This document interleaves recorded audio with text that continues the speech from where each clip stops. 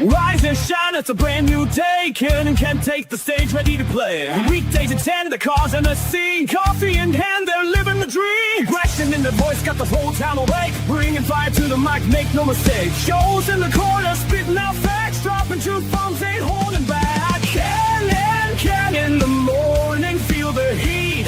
From 10 a.m. CST, can take a seat. Live and loud, that break in the mind. Ken and the bold. Light up your speakers, crank up the sound. They're talking about life upside down. Opinions exploding like a sonic blast. In the studio, they're built to last. With passion and grit, they engage and ignite. Every single week, their foes can't fight. From sports to politics, This is a Huddle Sports Network broadcast. You can find us on Roku TV, Amazon Fire TV, Facebook, and of course YouTube. Get all your NFL news here first.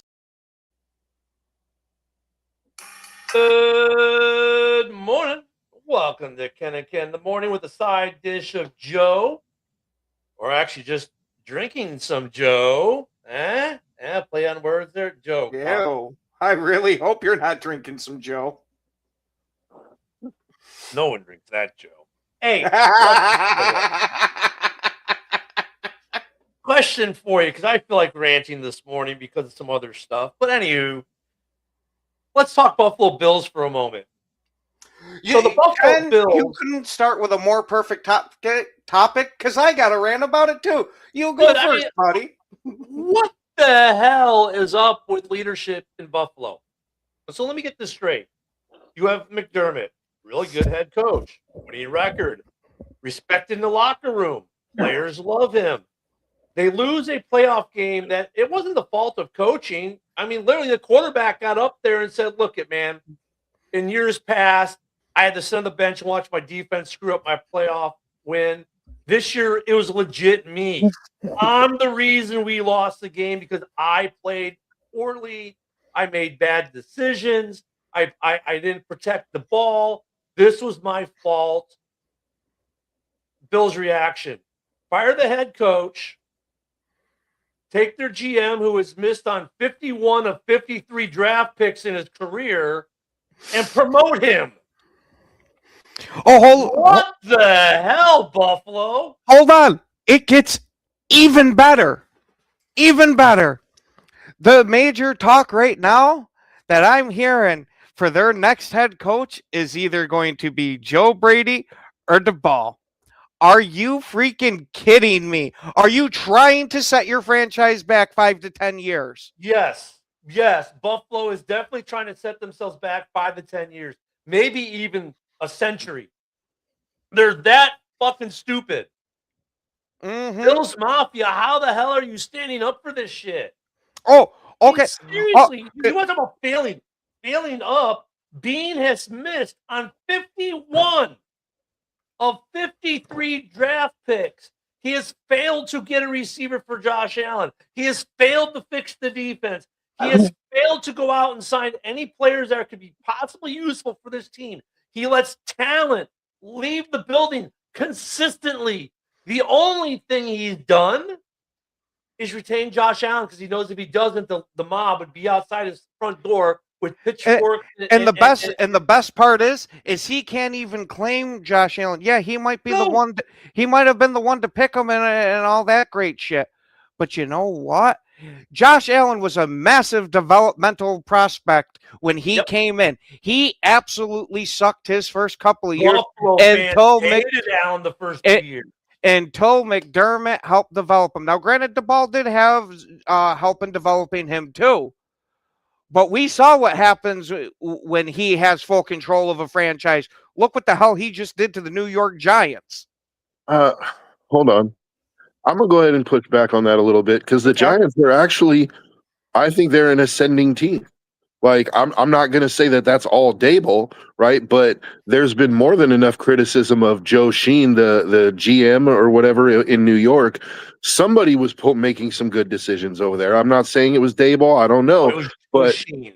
That's what I'm saying. Joe Sheen has had plenty of criticism, but there's like, I look at the New York Giants as a team on the rise. They're an ascending team. But it was Joe Sheen drafting those players. and then Dable refusing to play the quarterback they drafted. So, And then like it I was said, Dable. Look, I don't think Dable's a bad offensive coach, right?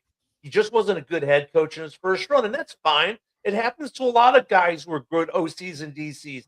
Their first head coaching gig doesn't always go so great, and you know he's going to be another one of those guys. That's fine. Dable's not trash. However, you have McDermott, who has been nothing short of great for you in Buffalo, and your Mhm. GM fires him. And when they say, yeah, but dude, you've missed on 51 of 53 picks. You failed to sign any key free agents. You failed to improve this team at the trade deadline yet again. And your reward is after we fire our very highly successful head coach, we're going to promote you. Right. What? I'm not defending Buffalo's actions. I'm just simply saying that the New York Giants are actually a team that I feel is an ascending team. And just to be fair, like if you have a head coach who draft a young quarterback and the young quarterback comes out and sucks, they blame the coach for not developing him, right? Yeah, he The did. coach gets a lot of blame. But if the quarterback comes out and plays good, should we not also give him credit then? Like We should, but we don't. Like everything else so in life. so Jackson Dart, in my opinion, had a pretty decent rookie season, right? Like how much does Dable get any credit for that? Like He Yeah, gets a little bit. Yeah, I will give him credit for quarterbacks because he seems to, when he clicks with one, let me phrase it that way. When he clicks with a quarterback, they seem to get on the same page. My issue with him is all the stuff we heard about from the Giants organization, how he was damn near impossible to be around. Not just player wise, even other coaches were Like, his constantly defense having is issues with tough. this guy. Look at all the defensive talent New York had, and they were terrible. And you're like, look at that talent. You're like, dude, like I'd love to have some of those guys on my roster. We'd be beasts. And you look at the roster they had, and look at it's like Eberflus in Chicago. Eberflus had a great DC, but he had terrible OCs. He could never hire a good DC. Why?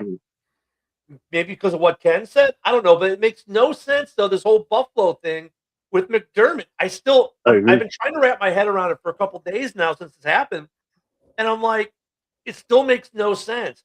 And look at To me, McDermott is not going to just go be the Packers DC because that's not what McDermott does. He's going to get a head coach. he was a DC beforehand. He's going to be a head coach. Well, that's what I'm going to assume. But it's more Domino's fault. It makes it at least more in the realm of possibility. Yeah, if he can't get a job as a head coach, he'll take a DC gig. But like, okay, let me put it to you this way with some of these guys for whatever team you're watching these guys interview for. If they're a good head coach like a McDermott, and you see them interviewing for head coaching jobs and coordinator jobs, the coordinator jobs are plan B.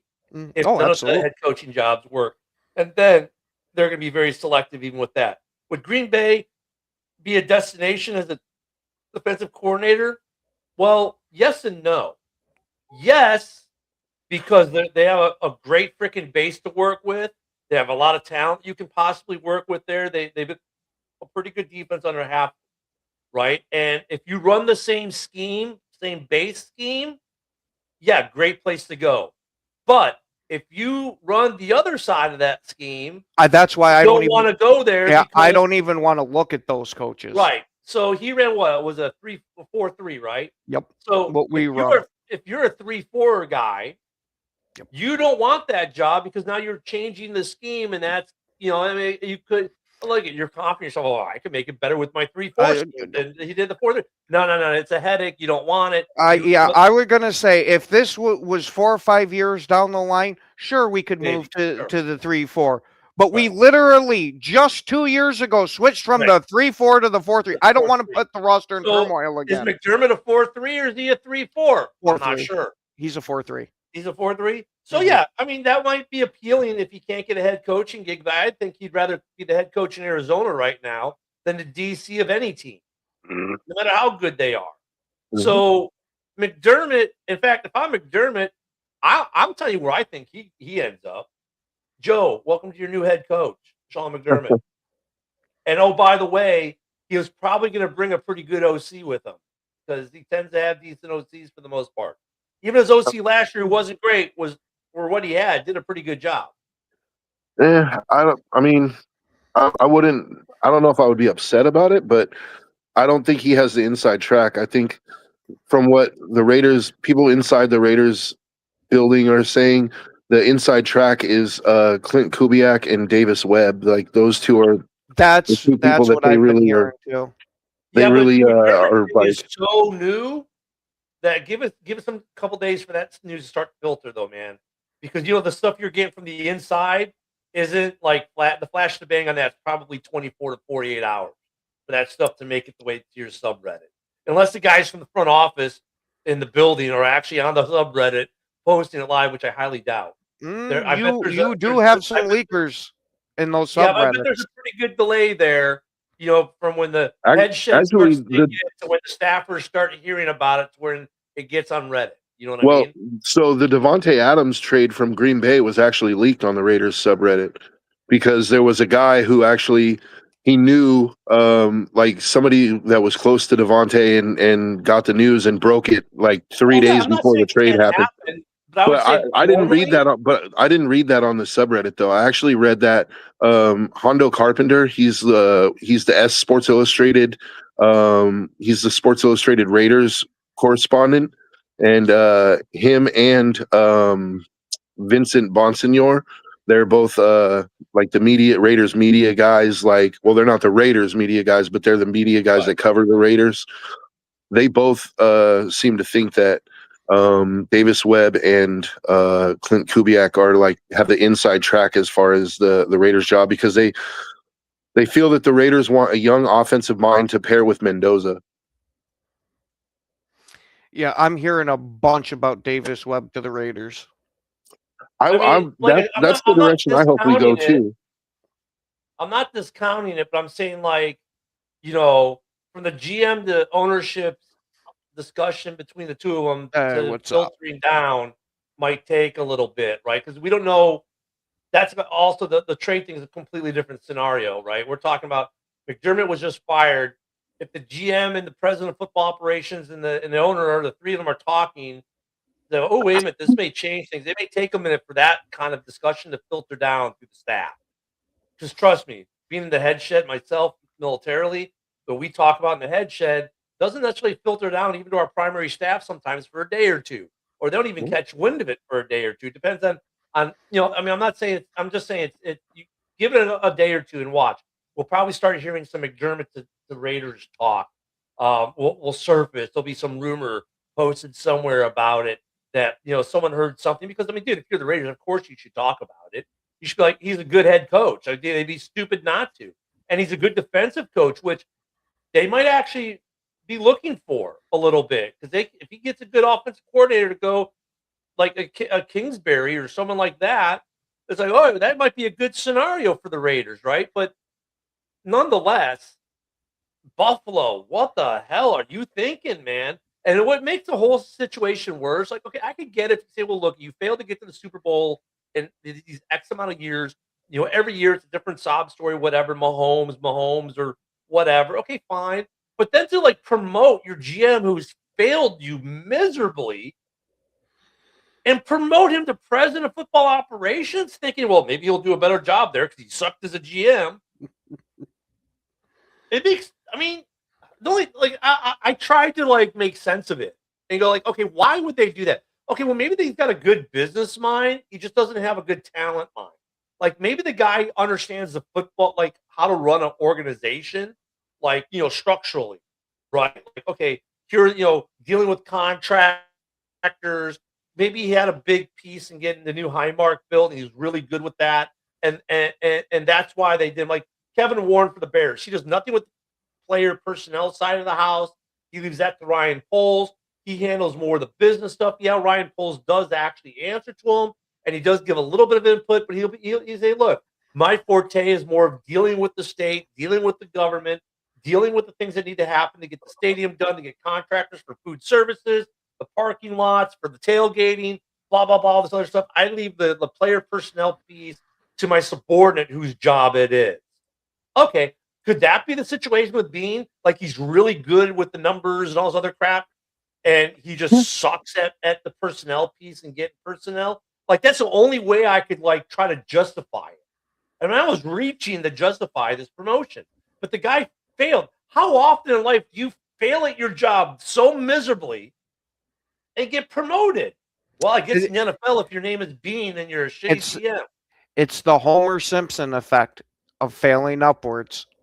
Yeah, like it makes perfect sense in that context. If you like, if he has some skills that are translatable to their overall operations, but his glaring weakness is just happens to be where you have him, then it makes sense in some ways to promote him so that you can get somebody in there who actually does know what they're doing with player personnel. That's the only way I could justify it. And what's sad is you fired a very successful, very well-liked in the locker room head coach who's had tons and tons of success for you. It's like getting rid of your best salesman, promoting the guy who's late every day and hasn't done shit for you, and saying now we gotta go find another salesman because we don't have one, even though you had one of the best salesmen in the country in his profession, and you just kicked them to the curb. And you're like, well, let's bring back a guy who just got fired for taking a playoff team and making them a non-playoff team. Yeah. And don't forget that he was also a part of giving fucking Danny Dimes there that major contract that cost them McKinney and Saquon. Oh, Buffalo, man. I try to feel bad for you, or not feel bad for you, but I try to like honestly, I've always felt bad for Buffalo, right? 4 Super Bowls in a row. They just can never seem to win. There's always something every time they're there. It's like that insurance commercial with the guy with the dollar. Oh, almost got it. That's Buffalo trying to grab the dollar bill and the guy, take it. And the worst, then they do shit like this. I'm like, you know what? I don't feel bad for them anymore. And the worst part is their playoff gaffes. It hasn't even been the same thing over and over. It's they're finding different ways to give the playoff games away. Mm-hmm. I mean, and this was a unique game for them to lose because Allen actually said, "Look, man," as he cried at the podium, "this one was squarely on me. I, Josh Allen, screwed this up. No one else. It was me. My poor decisions, my poor play. I should have done better.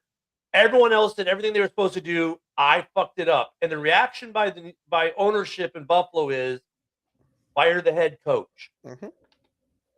What? And I will actually, as a part of that, like I wanted to point out that I don't think there's any way that you could blame Buffalo's defense in that game. Like Buffalo's defense had how many 3-and-outs? They forced how many 3-and-outs after those turnovers? That game should have been 30 points, dude. It should have been a 30-point spread with all those turnovers. Some of the other losses, like some of them were controversial with bad officiating calls. Some of them were just Patrick Mahomes doing Patrick Mahomes things. Is like, you played it perfect, but you know what? So did he, and they made the play. It's not that your guys were bad. It's just they made phenomenal plays, and that happens in sport, right? So you couldn't even necessarily blame them for some of the other losses. Because, like, dude, like we did everything right, and they still beat us. I mean, it happens, right? You can play the most perfect defense. In fact, you could play the perfect defense for the offensive play and still lose. It happens because guys can make plays. They can make. And then remember that 4th and 1 last year? Yeah. Mm-hmm. They got screwed on the 4th and 1 spot. Mm-hmm. So I mean, it's not like that's why I don't get about this Buffalo situation. And look, we're not done with coaches. Oh no, there still might be at least one more opening happening here, guys. I don't know if you've heard this rumor. Heard this one last night on the Driving to the Top show. The rumor out there is that if the Rams win this Super Bowl this year, McVay's going to retire, which I don't believe. He's very young.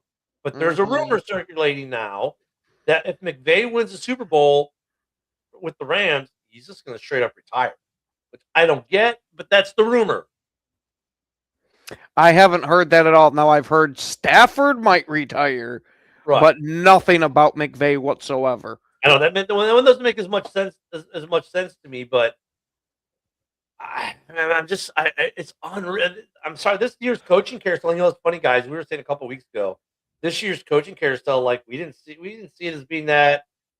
You know, like, okay, there'll be like 3 or 4 teams. Like there were a lot of teams we didn't think we were going to fire their coaches that did. Put it that way. None of us had Buffalo firing McDermott on our bingo card. Most of us thought Stefanski would be pretty safe. We didn't think that both Harbaugh and Tomlinson would be gone. They are. The only coach in the AFC North that kept their job is old boy in Cincinnati.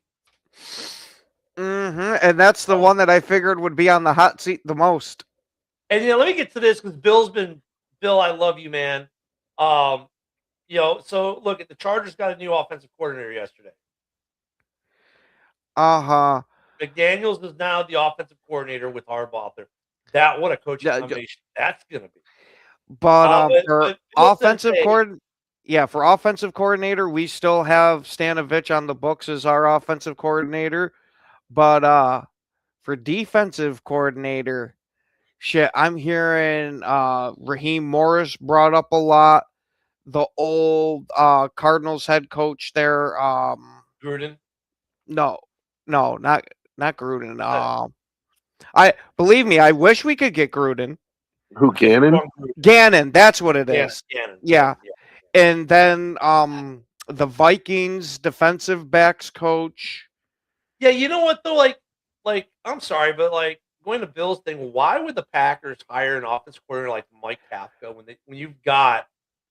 I mean, look, if you're doing that, that's a vote of no confidence for the coach you just extend because you're telling them that we don't trust your offense anymore. Then why do you extend them? What part of that could be is there are rumors that Stanovich could be demoted back down to offensive line and us fire Butkus because he doesn't do anything as the offensive coordinator now. It's all the head coach. I mean, come on, that's like saying Ben Johnson's going to fire his OC and bring in a new one.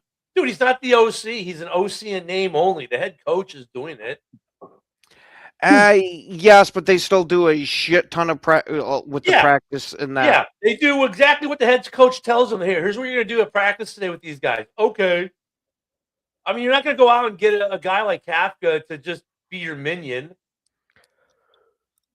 Like, Kafka doesn't want to go be your minion. He wants to be his own OC somewhere for a defensive-minded head coach where he can make a name for himself to get a head coaching position. Shit, it'd be a demotion for for Mike Kafka to come to like Chicago or Green Bay would be a demotion. It really would. But I also wonder too, is this the way to kind of get LaFleur out of the offense a bit and let somebody else call the plays and let him be the CEO type of head coach? But once again though, if you do that, you're kind of saying it's a confidence loss. We don't have confidence in your offense anymore. Even though we just extended you. We saw this would happen. We talked about this yesterday. Bieniemy is now the OC. Nagy's out as he searches for a head coaching gig. And you know what? Good on Bieniemy, man. I liked him as a running backs coach in Chicago. I mean, you saw what Monangai did this year as a 7th round pick. Now, part of that is maybe Monangai being a Rutgers running back. But I mean, like, dude, like Bieniemy, good job in Chicago this year. Yeah, he deserves it.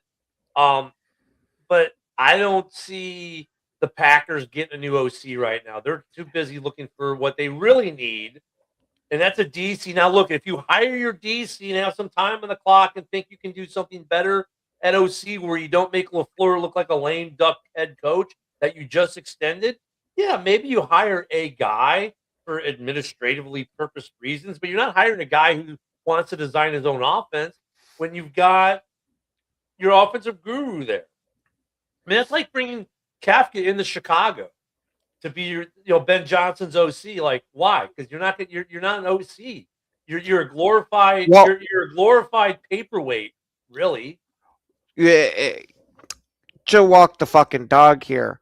You might be getting one of these big name OCs with fucking LaFleur or a Ben Johnson. Granted, it makes more sense for LaFleur because of what's happened this year. Is maybe this is a way to meld two schemes together. So, and that's kind of like what Bill's like, what would you think if they hired Matt Nagy? I mean, like, first off, well, that tells you a lot about Matt Nagy. He can't get a head coaching gig. But I mean, yeah, I mean, kind of maybe what Ken just said, like, because if Matt Nagy were to get hired on by Ben Johnson, it wouldn't be to call plays or design plays. Maybe, like, the only argument I can think of, like, why you'd bring in like Kafka or Nagy into Chicago or Green Bay would be like, okay, so I know I have a robust playbook, but maybe I want another good mind I can bounce ideas off of. But once again, if you're Nagy or Kafka, you want to be able to run your own offense so you can get a head coaching gig down the line, not to be second fiddle on a scheme that is not yours. Like where you're No, we are pure holograms here. We don't actually exist. See, I'm just phasing through myself right now. Yeah, hey, Windog69. Yeah, I'm just an AI video. Here, watch my hand go weird. Yeah, no, we're actually real, actually people. I'll say one thing that I think I'm Ken, and that's Ken. I'm Ken. I think it's possible. That's Joe. I think it's possible that Green Bay could look for an offensive coordinator for one reason. Even the best of schemes grows stale after a while. And I think we really saw this last year. Like, LaFleur's scheme has gone stale. Like, everybody's figured out that it's screen, run the ball up the middle, screen, then maybe take a deep shot. Like, so bringing in a guy like Kafka to where you sit LaFleur down and you say, look, dude, like, you're still the head coach, you're still going to call plays, but we want to freshen up this offense a bit. Like, your play calling has become a bit predictable in our opinion. Like, or maybe not even your play calling, but just your plays. Your playbook needs some updating. So we want a fresh mind to look at it. Yeah, it needs a refresh. I could see that being possible. I'm not saying that's what they're going to do. I'm just saying. Yeah, because Joe, if you're Kafka or Nagy, would you want to do that, or would you want to be an OC? So, like, I could say, okay, look, let me go one step further. If you're Kafka or Nagy, you don't want to do that. You want to run your own offense. Like, but if you can't get a job elsewhere, you'll take it. But I mean, there's yeah, I do, but I think that there is some incentive, like, because people know at this point that LaFleur's playbook is kind of it's grown stale. So if you go in there and you refresh that offense, and now that offense comes out looking really good, it makes you look good. Right, but that's right? But that feeds right into what I just said, though. That's like you have to prove it. Right. Like, that's like if you're Kafka or Nagy, you can't get a job right now as a standalone OC or head coach, and people are out there like, well, we just don't know if. Okay, so now you need a prove it gig. Where can I get a prove it gig? Well, I could go. Chicago's not a good example because Ben Johnson. He's look like I'm in a restaurant. I was gonna say he's in his man. I can kind of get what he's saying, but he's in his man cave. But apparently, you got big props for thinking that how your display is something that a restaurant would put up. So good on you, man. But no, like Ben Johnson's a bad argument because obviously the Bears' offense was really good this year, the best it's been since the '70s, right? All this other good stuff. But like Nagy, okay, but I mean, like LaFleur, better example. So, like, I'm Matt Nagy. I can't get a job. People are like, well, we don't know. I mean, come on. You were just under Reed for, like, all these years, and you had Mahomes. Like, show us you can do this with someone else on some level. Well, okay. I'll go link up with my boy LaFleur and be his OC for a year and freshen up the playbook as Joe suggests. However, here's the problem. Oh, well, wait. So you went from Reed to we had Reed and Mahomes. Now you went to LaFleur and Love. What did you really do? So for him, it's like a revolving door of the same excuse the next time he goes out. So I mean, if you're for like Matt Nagy, I don't think it makes sense. But like if you're Nagy or Kafka, you want to go to a head coach who you're not going to get that argument for. Like you want to go to a guy who's maybe a good head coach but having some offensive struggles, like. Because he's a defensive-minded head coach, and you can help him out. You don't want to go help out a guy who's being seen as a good offensive mind like Matt LaFleur or KOC because you're just like you're feeding the same narrative you just left. Oh yeah, well come on, look at like you actually going to help KOC might work if you can turn some quarterback around up there. but when KOC is going to get all the credit for it. So, like, that's the thing. If you're Kafka or Nagy, who I think are probably two of the bigger named OCs out there right now, you don't want to go to like a place like Green Bay, honestly, because you want a place where you want to go to a place like Baltimore, where they've had all these offensive weapons but never seem to be able to do it. And you make Lamar, who yes has been the MVP twice, but you make that offense like world class. Like, oh my God, they're like top 5 offense in the league all of a sudden. Holy shit, Fred! I was starting to get worried. I thought you got kidnapped by aliens or something, man. Yeah. So, I mean, you're 30 minutes late, dude. This ain't like you. You're early. No, but I mean, so Green Bay, like I said, if Green Bay is going to make a change at OC, it's going to be one of these guys who maybe just like, you can't get a job, but maybe you can freshen up the playbook and you can do a couple things, right? Because then you can go to Matt and say, look, Matt Nagy's out there. I'm just going to use Nagy as an example. You could say, hey, look, Matt Nagy's out there, didn't get an OC gig, didn't get a head coach gig. We have faith in you. We just extended you. However, why don't we bring Nagy in, who, by the way, when his first year in the division was coach of the year, whatever, but he's a good offensive mind. You guys don't think too terribly dissimilar. Maybe he can help you freshen up the playbook, and between the two of you, you can take it to another level. Like maybe he could be the catalyst and you sell it. Like I could see that happening. Mm-hmm. But at this point in the game, I don't even think Green Bay is looking. They're too busy trying to figure out who their DC is going to be. Yeah. Honestly, I wouldn't be surprised if we keep Stanovich at coordinator. If we're making a change on the offense, I think we're firing Butkus, the offensive line coach. Because that offensive line has taken a drastic step down since Stanovich got promoted to OC, which is what I was afraid of, because Stanovich was there as the offensive line coach when we had these perennial top 5 offensive lines. And yeah, but he's still the offensive line coach. He's like the offensive line coach / OC, right? Like his primary duty is to be the line coach, but he does, but by title, he's OC. The Bears have the same thing right now going on too with their OC. I don't even know who our OC is right now. But I mean, that's the other piece. So like, you got to look at LaFleur and say, well, some of your problems was you had a lot of injuries this year, right? So that's what I'm saying. That's why I think Green Bay, it's like, that's not their issue. Their issue is not OC. Their issue is right now, they need to find a DC, like a good one. Like you can't get just any DC. You have to get a good DC in there because that has potential of going south if you don't. And their defense is actually their strong point right now. Flores is interviewing Pittsburgh today. I mean, look, it would be a coup if Flores decides I'm not going to nuke my case with the NFL and I still want to be a DC. And Minnie's like, dude, we're done playing this game with you. Like, honestly, like we love you, but we can't be your refuge in the storm anymore. And Green Bay says, hey, we'll do it for a year. We don't care if it's only a year. I mean, that would be ridiculous. That would be ridiculous.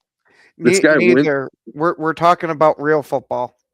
Hey, yeah, there's a Bayern Munich thing on the wall back there. But we're not talking about Bayern today. And we got a troll. Huh? But I mean, oh well. I don't mind trolls, dude. Yeah, that doesn't the Packers coaching situation. It's DC, and I haven't heard too terribly much. It makes me go ooh about their DC situation right now. But I mean, I'm still bewildered by Buffalo. I still just can't get over Buffalo. Like, I would definitely mind Raheem Morris coaching the Raiders. Yeah.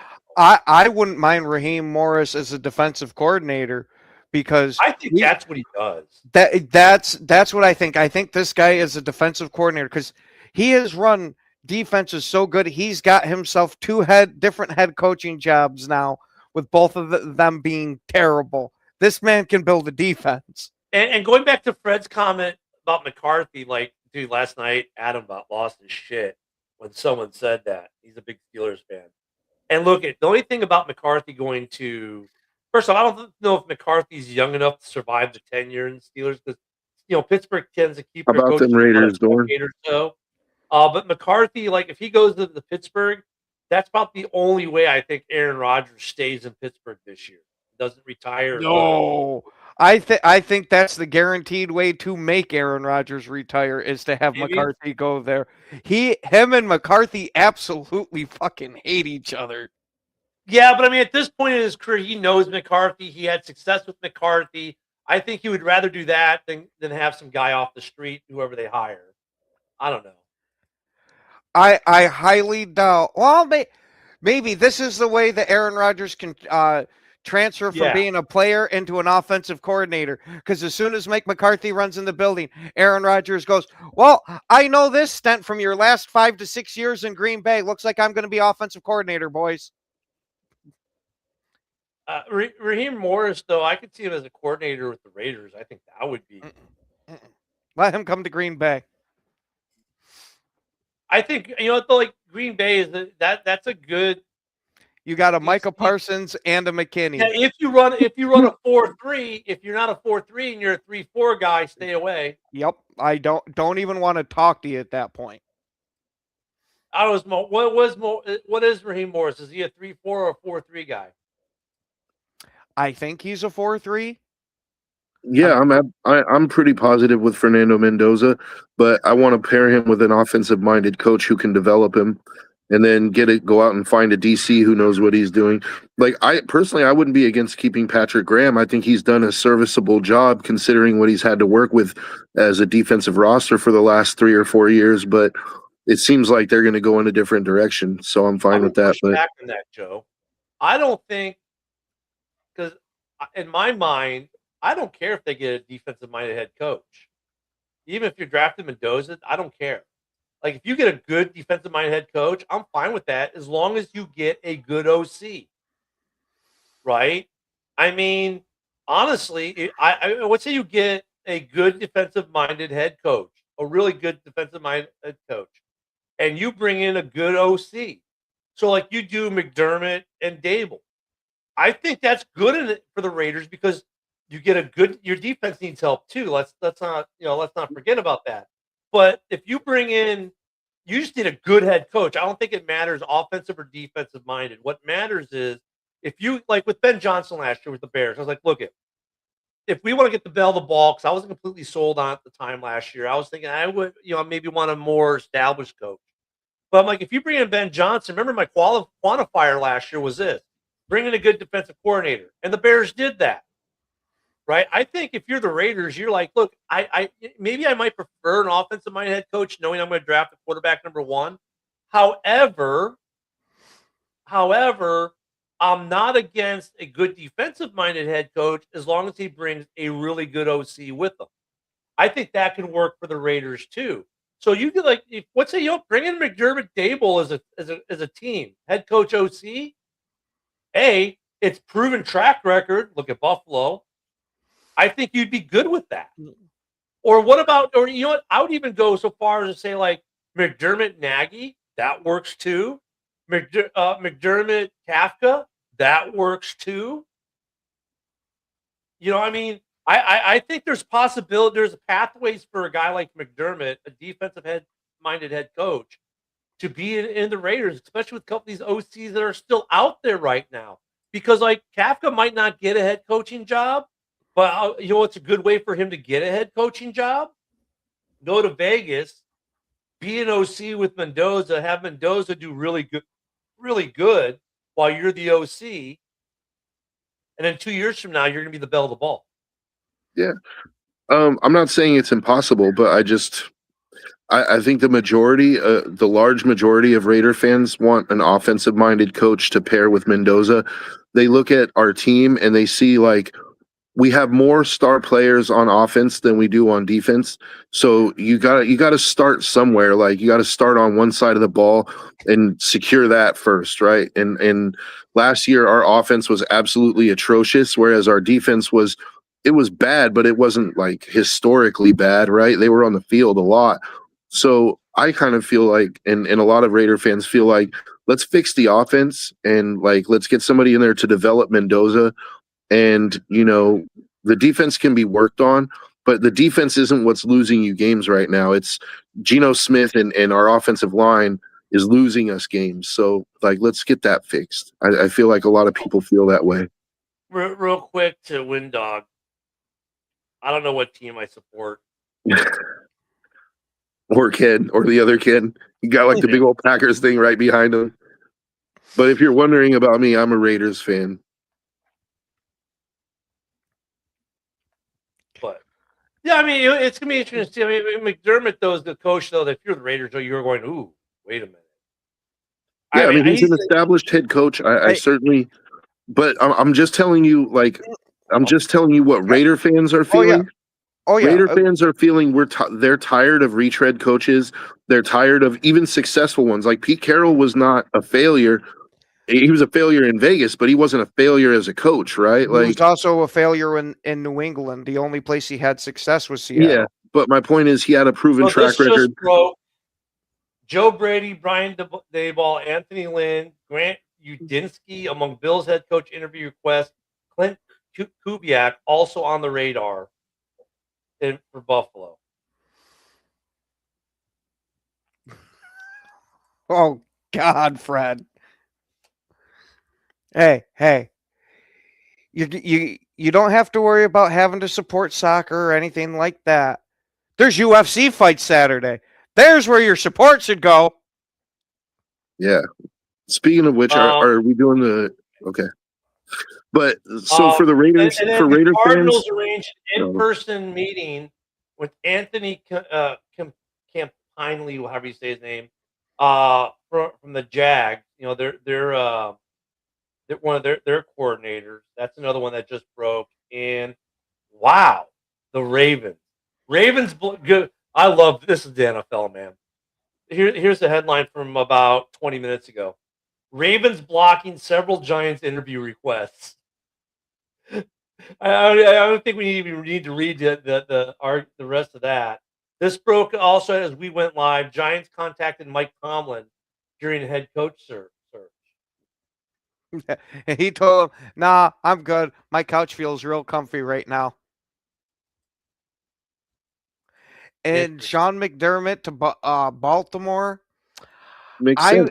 I wouldn't be against it with their track record, but I kind of almost feel like Lamar Jackson has spoke up enough that you're going to get an offensive-minded head coach for Baltimore. I mean, once again, though, I'm not against that. If you bring him a decent OC with them, I'm not against that. That's the thing. Look, you get these head coaches like McDermott, who we know is a good head coach, and then you get to a point where I don't really.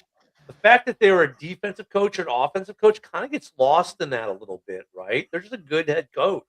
That dude is just a good head coach. So him in Baltimore, that's actually. I have a horrible thought for any Buffalo fan. What? Imagine McDermott and DeBall go over there to Baltimore and they take Lamar Jackson and win a Super Bowl with him. Now, does that show that the Bills are an inept organization, or that Josh? They already know they're inept because they hold on, or that Josh Allen can't win the big one, or is this one of those that this is the glaring thing of both? If both the offensive coordinator and head coach go to Baltimore, take another guy who can't win the big one and bring him across that line. You know what, though? With Josh Allen, I don't want to put Josh Allen in the can't win the big one camp because, honestly, more times than not, it hasn't been his fault. This was the first time where, he's like, dude, this was legit on me. I was going to say Aaron Rodgers. Josh Allen was being a kind teammate, but all the other losses the heartbreaking losses they've had in playoff games have not been because of Josh Allen. They've been in spite of Josh Allen playing out his freaking mind. Yeah, well, people talk about Aaron Rodgers as the guy that couldn't win a big one the second time, and it for the exact same reasons. That's because Aaron Rodgers sucks. Oh yeah,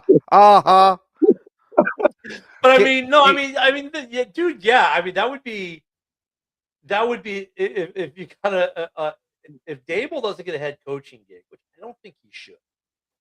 I think he should hitch his wagon to. I think him and McDermott, and if they haven't already talked on the phone, I bet they have. It's like, dude, let's hitch our wagons together again and go as a team. Like when you go interview and look at, unless there was bad blood there, which I don't think there was when he left. Like it makes sense for Dable to go to McDermott and say, "Hey, let's hitch our wagons." If they're amenable, if he's amenable to it, and then like McDermott says, "Hey, look, here's my plan. I'm bringing Dable with me as my OC, and I got I can get this defense on lock. So let's go Baltimore, or let's go Vegas. I mean, ooh, interesting. And then yeah, if Baltimore goes ahead and wins another ring with that combination, that just basically goes, hey Buffalo. See, I think Baltimore makes some sense for Sean McDermott for a few reasons. One, their defense was really a big part of their problem last year. They have an aging defense, but I think that they still have they still have talent on that defense. But Harbaugh's not a defensive coach. Like he's a special teams guy, right? So if they could get a guy like Sean McDermott, their defense would get better. But there's also rumors that the Ravens are shopping Lamar Jackson, which I don't think is a terrible idea. I don't know how much I believe that. I personally think that's a terrible idea. Are we already at the fan in the basement rumor mill time?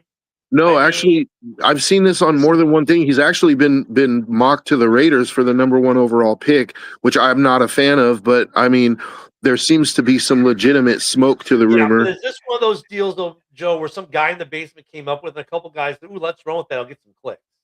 Or is there like what's the basis? Hey, well, thank you. Thank you, man. Is this just like one of those things where it's like obviously it's clickbaity, but like what are the actual legs of this thing?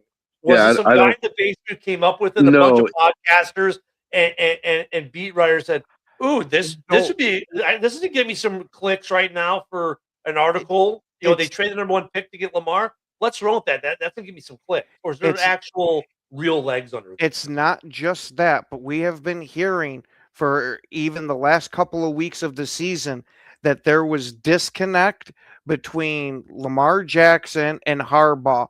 And I had even heard if Harbaugh was brought back as head coach, that Lamar Jackson was going to demand a trade. This could be one of those they want to get the guy out of the building. Now, I don't agree with that because I think Lamar Jackson's a phenomenal quarterback. Well, he should go to Miami and go to the rape cave, man. I am all for that. You put him with Jeff Havley. Oh, God. Just Tucker with him. But see, here's what I was saying with McDermott, right? Why McDermott makes sense to Baltimore is like he fixes the defense for you. If you are, in fact, actually shopping Lamar Jackson, you're going to get an absolute haul that you can use to turn around and fix the holes on that roster.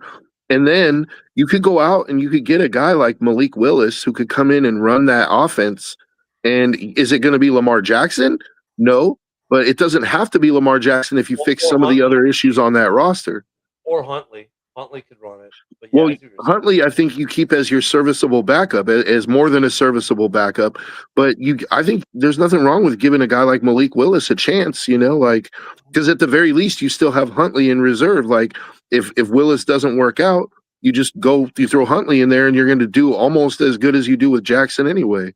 Fred. Man, you know what you're doing to us, man. Now we're gonna get JB in here giving me every stat line on Lamar and everything from all of history and why. No, don't do this. And look at, I would say Motown Mitch, and Motown Mitch, we hope you're feeling better, man. Yeah.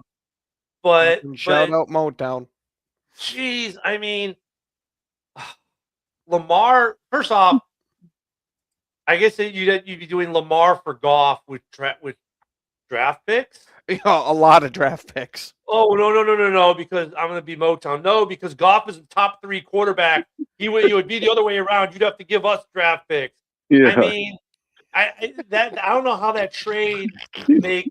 Look, I can see how that trade somehow makes the Lions that trade doesn't make sense even in Madden on rookie mode. No, dude, Well, no, I but mean, I think Tua. I think Tua. you're gonna I say think Lions fans wouldn't ask for it? They'd be like, no, if we'll give you Goff for Jackson, but we want your next two firsts as well. Look at. I think Lamar Jackson would improve Detroit in different ways, right? But then in other ways, they would regress maybe. So I don't Hey, know. why? Thank you. I got a scenario for you that's crazy, and I'm sure it like 99.999% won't happen. But what about a straight up trade, straight up swap? If McDermott goes to Baltimore, you do Lamar Jackson for Josh Allen straight across. No, that doesn't work. Just for the fact of how Hold on much. a second. I'm getting a phone call from Buffalo. They say, Joe, they have a message for you. Yeah, there is no way with how much Josh Allen means to Buffalo. Yes, Lamar Jackson is an immensely talented quarterback, and I think just about every other team would take him. I don't think Buffalo Guys, isn't on that. Right, we're almost in full blown clickbait season because I'm already, the Bears not much on. The Bears did do something yesterday, signed 12 guys, the future reserves, which was like, okay, cool. Everyone from the practice squad got re-signed except for one guy. They brought some other guy in. But now we're going to start getting the clickbait, and we're going to start hearing Max Crosby deals. We're going to start hearing, now we got to listen to Max Crosby deals that are never going to happen. We've Lamar already been hearing that for the deals last that are like never 6 going to months. happen. I was gonna say, so have we reached the time in the season where our tagline for the show comes back? Clickbait! Close. No, but let me just walk this dog a little bit, because if I'm Josh Allen, right, after what Buffalo just did, I might actually want to trade. Like you just promoted the shittiest GM we've ever had to president of football operations. You fired the head coach that had us in the playoffs every year. For year after year now, you've refused to address the real elephant in the room, which is the wide receiver core. If I'm Josh Allen and I have a chance to go somewhere like Baltimore where they're, I don't know, like I'm not, because I was saying it. I was saying it as soon as that Denver game was over. I was saying, like, if I was Josh Allen, I might consider. Well, but if it was like the three of us and Josh Allen, not on a web show, on a podcast, sitting in a basement playing cards, Josh Allen might say all that. I mean, he ain't saying that shit publicly. Yeah, and Windog. So for this particular show, this was our second season. But most of us here have been doing this for a couple, 5, 6, 7 years. But for Ken and Ken in the morning, this was our second NFL season doing the show. So we're almost completely done with year 2. We started this show just before the draft 2 years ago. So we're almost to year 2. So that's how I'm gonna be doing it. But yeah, like Joe, like I don't disagree with you. But dude, that's like Josh Allen is, come on, you've all seen the TV commercial. He's the Messiah. I mean, they're blessing babies with his name. I mean, he'll never say anything like that publicly in Buffalo. But if we're downstairs playing a poker game and this will never be, it's like one of those things, anything said here will never leave this room. Yeah, I'm sure he'd probably say a lot of what you just said. Like, what the fuck is my team doing? I need to leave. That's until there's the guy sitting there at the table with his phone turned on, record in his pocket, and is just picking up that whole conversation. I mean, like in the whole Max Crosby thing, like the last couple of years, I get it. And like, okay, if there was any time that this would make sense, would this be the time? Kind of, maybe. I mean, look, you're only maybe you can do a turnaround in 2 years if you're the Raiders. So if you're the Raiders, you got to ask yourself this. Is Max Crosby going to be a big piece of my team 3 years from now? If the answer is yes, then you're probably not moving him at all. If he's still going to be effective for you, where you don't have to replace him in 3 years, right, in order to affect this full turnaround, because like next year is going to be like, well, it's going to be a Mendoza learning year. But the year after that, you're a playoff team maybe. Look at the Bears as an example. Look at Detroit as an example. They did a little bit differently. But the Bears are kind of a good example. I mean, look, it's been 2 years. You drafted Caleb year 1. Not great. Year 2, Whoa, well, hold the phone here. So Max Crosby, it's not like it's a complete rebuild there because you've got Max, they just got a good young running back, they've got a gold jacket tight end according to Joe. You need receivers, you need offensive line. Defensively, you've got Chin, he's good. You've got some pieces on the defense at all three levels, right? You need another linebacker. You need some more DB help. You need some more D line help because if you had some guys that had promise, but injuries just have kind of All right, now not been on your side. And you've got $100 million to go along with the number 1 draft pick this year, dude. You could rebuild your D line. Let's say offensive line is not in the cards this year like it was for the Bears last year. Maybe D-line is what you can spend the money on this year and fix the D-line with Max. And then you can draft some guys and make the O-line more serviceable and get you a wide receiver. Next thing you know, next year you're a 5-6 win team, still drafting maybe in the top 10. And the year after that, you're a playoff team. So Max might not get traded. well, I hope, beg, and pray that that's what happens because right now I think somebody needs to break Fred's thumbs before he puts that fucking evil juju out in the NFL world where we have to deal with Max Crosby and fucking Garrett on the same defensive line. Absolutely not. That would never happen just because. Well, that would never happen because Cleveland has way too many other issues to deal with. That's all. You know what do you got to worry? Do. What do you got to worry about when you got those guys sacking 5 to 10 times a game? But you know what that is? That's what you do when let's say you're the current Chicago Bears, and let's say you have Montez Sweat, who actually very quietly had a good year, and then that's a luxury. Like, okay, I'm confident with everything else. I got money to burn. Make the deal. That's what that is. Or that's like when you're Green Bay and you're going, my offense is completely fixed and I have money to burn and I don't care about my draft picks. Let me go get Max. I mean, that's what that is. Matt doing something like that, pairing Max up with another great defensive end like that's already established. That's called a luxury trade. Yes, I know what you're saying. Anything else I need to fix? I know exactly like what you're saying there, Ken, but please don't put that idea in my head to where I'm going to be thinking of a Micah Parsons and a Max Crosby on the same team. Don't do that to me because we know it's not going to happen. Yeah. I mean, we'll see. We'll see, Bill. I don't think it's going to happen, but anything can happen, but I don't think Max is going anywhere. I think the Bears are going to make moves defensively, but it's not going to be like because Max Crosby rumors started like the game 3 ended. Years ago. The game ended, and 30 seconds later, there were Bears are making a trade offer for Max Crosby. Honestly, I think the Bears are going to make moves defensively, but it's not going to be Max Crosby. It's going to be defensive interior linebacker and some secondary work on the defense. They're not, I think Booker's shown the Bears enough. Where the guy keeps growing, like he's the other edge next year with Sweat, and they don't want us. And really, the money kind of would get in the way too for a Max Crosby deal at Chicago. I mean, they could do it. I'm not saying they couldn't. They'd have to move a lot of stuff around, maybe cut a guy or two, or do a lot of pushing money down the road with doing restructures. And I'm not going to rule it out completely because it could be done. But I don't think that's what they're doing. I think Max Crosby is still an integral piece to the Raiders. Like, it only takes 2 years. So you got $100 million in Mendoza coming, plus what other things you draft this year. What I want to know. I don't think that they're moving Max Crosby, man. I don't either, but we'll see. But what I want to know is DJ Moore going to still be in Chicago when the season starts? Because after he jogged on that route. I don't think so, because supposedly from what I saw, and Ken can correct me on this, I saw a report that Caleb Williams has not had any contact with DJ Moore since that went on.